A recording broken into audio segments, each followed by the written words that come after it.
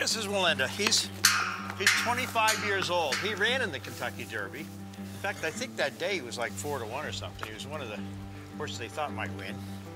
And we had another horse here named Bull in the Heather that was in the same Derby. He won the Super Derby down in New Orleans. And he's the fifth horse we brought home from Japan. And he's named after Karl Wallenda, the great aerialist, high wire artist. And of course, Karl Wallenda died in an unfortunate accident. Look at all these carrots you got, just spitting them all over the place. Come here. Yeah, he won't eat it. Believe me, he's smart.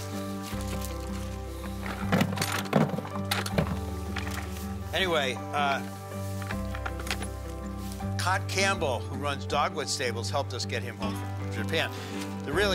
There's two interesting things about him. There's a lot of interesting things. The two most interesting things are when the Flying Wallendas, the grandchildren and children of Karl Wallenda, found out that we brought him home from Japan. A few months later, after he arrived, they came back to the farm to see him, and they put on the high wire act. They put on a little circus. They brought the dog act. They brought a couple of terrible clowns, but they had good makeup. And they put up the high wire. The whole family got up on the high wire. They spent the weekend. The whole town came. We had hot dogs. It was so American. It was unbelievable. The other thing that's interesting, if you want to take a look, as I mentioned earlier, his podiatry bills are more than all of our other horses combined. When he has no rear suspensories, so he's like our disabled horse in a way. It looks terrible, but it's like humans. You know, some people have an accident and they have to deal with whatever you deal with. And they threw him a couple of strong curveballs, and he's dealt with them famously. I mean, he walks on those. He's the toughest horse I've ever been around.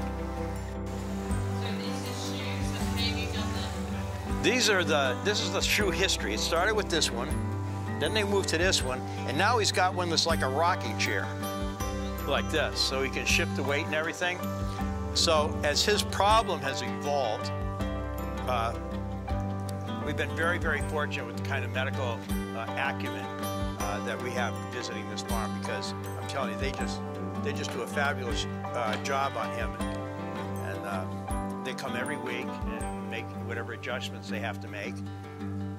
He's got a little hole in there where you can shoot iodine in, and he's actually got 3 different shoes down there. One's leather, one's plastic, and one's metal.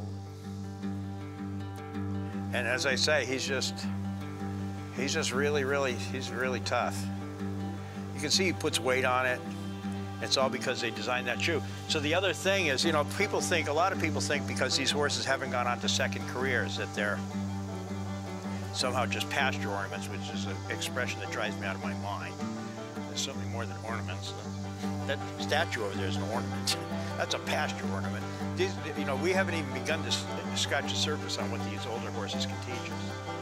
And he's certainly teaching people a lot about balance and how to deal with problems, because every time they change a shoe, they write up another paper for a scientific journal.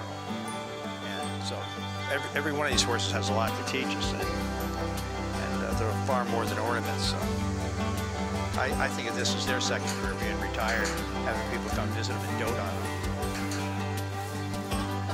What? He's got them down there. He'll find them.